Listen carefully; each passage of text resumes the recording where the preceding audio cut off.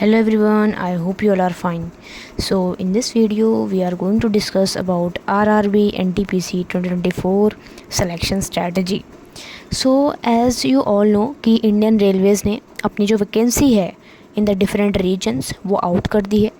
किन किन रीजन्स में आउट करी है इसका भी यहाँ पर जो लिंक है वो आपको कमेंट सेक्शन में मिल जाएगा पूरी जानकारी के साथ कि कितनी वैकेंसी कैटेगरी वाइज कितनी वैकेंसी आपको वहाँ पर मिलेंगी एंड किस रीजन में आपको कितनी वैकेंसी मिलेंगी and accordingly you have to fill your posts कि किस रीजन के लिए आप अप्लाई करना चाहते हैं. ठीक है. सो जिस भी रीजन में आपको कम वैकेंसी दिखे and you get to know about the chances कि हाँ यहाँ पर ये चीज़ें सीट्स कम है तो यहाँ पर जो चांसेस हैं मेरे सिलेक्शन होने के.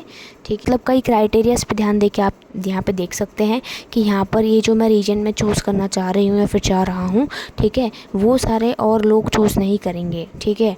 मतलब that reason will be least preferred by all of the candidates. Okay. So इस चीज़ का आपको यहाँ पर ध्यान रखना है. सो स्ट्रैटेजी को शुरू करते हैं. तो यहाँ पे मेनली जो हम बात करने वाले हैं आपका जीके की स्ट्रैटेजी के बारे में हम यहाँ पे बात करेंगे. ठीक है. सो जीके की सारी स्ट्रैटेजी हम यहाँ पर ही डिस्कस करेंगे एंड किस तरीके से कौन से टॉपिक्स आपको ध्यान में रखने हैं, कौन से टॉपिक्स आपको छोड़ने हैं, कौन कौन सी चीज़ें कौन कौन से की एरियाज़ ऐसे हैं कि अब यहाँ पर आपको बिल्कुल फोकस होके यहाँ पर लग जाना है. ठीक है. So let's begin. ठीक है.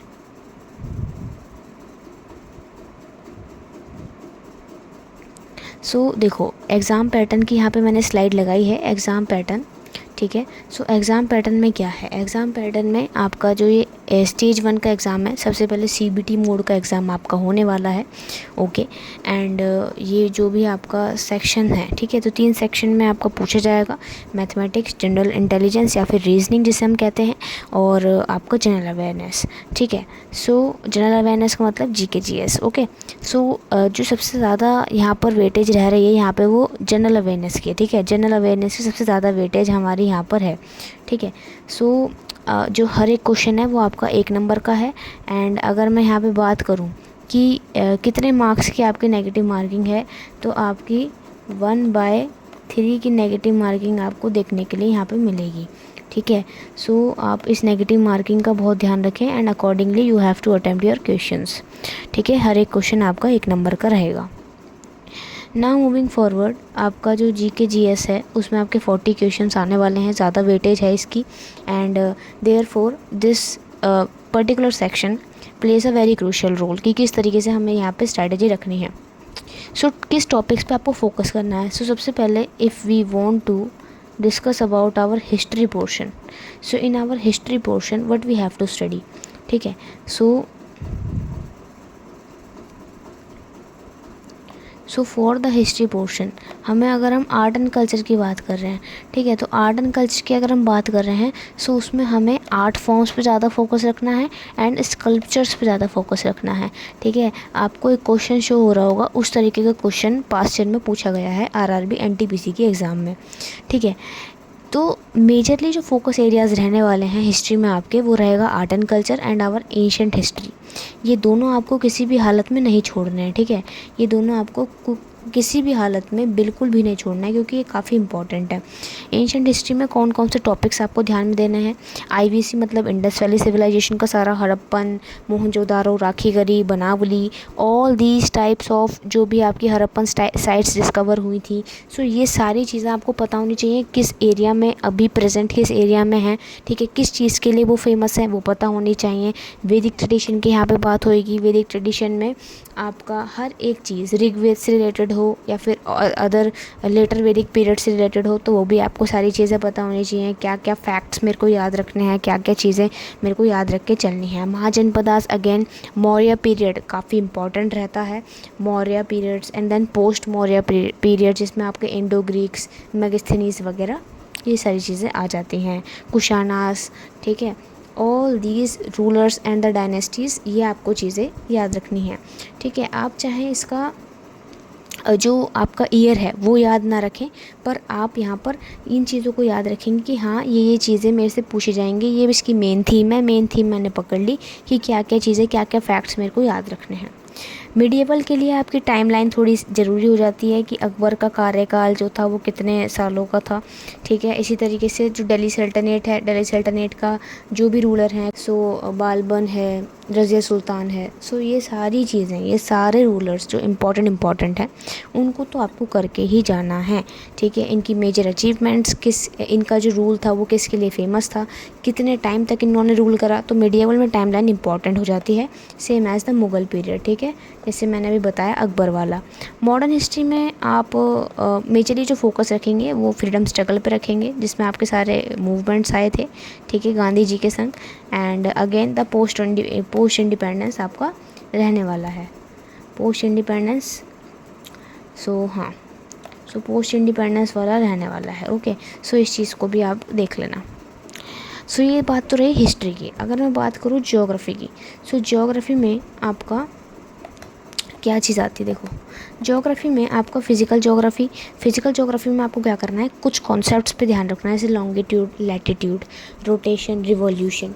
सो ये जो कॉन्सेप्ट्स रहते हैं ना, ये आपके 10th क्लास में भी आ जाते हैं, ठीक है, 6th क्लास, 7th क्लास। अगर मैं इसके लिए कोई रेफरेंस बुक आपको बताऊँ, ठीक है, सो वो रहेगी NCERT, ठीक है। 10th क्लास की NCERT पढ़ सकते हो, 9th क्लास की NCERT पढ़ सकते हो। मैं बात करूँ इंडियन ज्योग्राफी की, तो आपको यहाँ पे मैप पे ज़्यादा ध्यान देना है। इंडिया के क्या पोर्ट्स हैं, क्या लेक्स हैं, लेक्स पे भी क्वेश्चन आ रखा है। Flora fauna of the, flora fauna मतलब tropical evergreen forest, deciduous forest, mountain forest, ठीक है, and all the deltas formation, river system आपको पता होना चाहिए, ठीक है।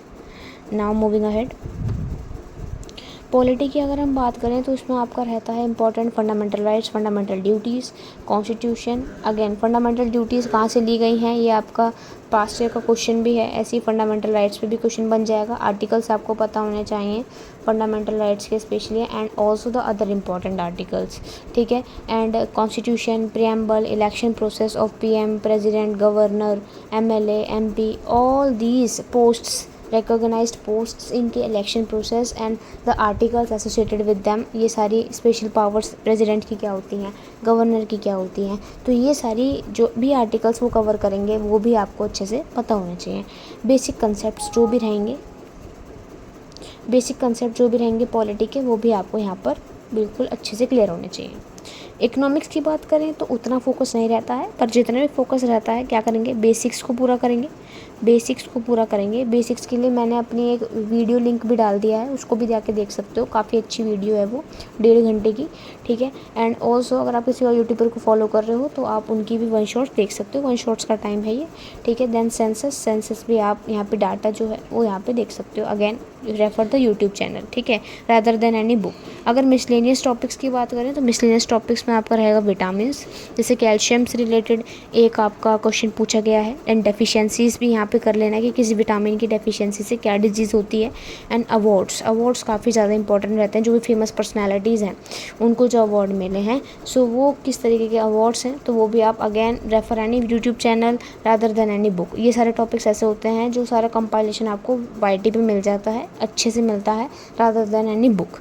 स्पेस एंड टेक से भी क्वेश्चन आ रखे हैं, स्पेस एंड टेक, ठीक है, तो स्पेस एंड टेक के करंट इश्यूज़ को भी आप कर लेना।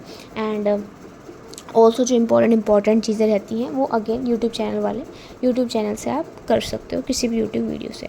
इंस्ट्रूमेंट एंड इन्वेंशन से भी काफ़ी क्वेश्चन आ रखे हैं, बेसिक साइंस से भी काफ़ी क्वेश्चन बन रखे हैं, ठीक है। ये बहुत इंपॉर्टेंट स्लाइड है, तो लास्ट तक जो भी यहाँ पे रहा है उसके लिए अच्छे से यूटिलाइज रहेगा ये video. So sources to follow, sources क्या फॉलो करें, बहुत इंपॉर्टेंट स्लाइड। तो सबसे पहले YT वीडियोज़ को मैं यहाँ पे रिकमेंड करूँगी। I will not recommend any book to you, the only book which I can refer to you is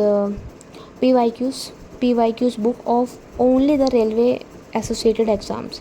जो भी रेलवे के एग्ज़ाम होते हैं उन्हीं की PYQs लगाएं, किसी आलतू फालतू एग्ज़ाम के आपको PYQs लगाने की ज़रूरत नहीं है। And again YT video of any educated you can refer.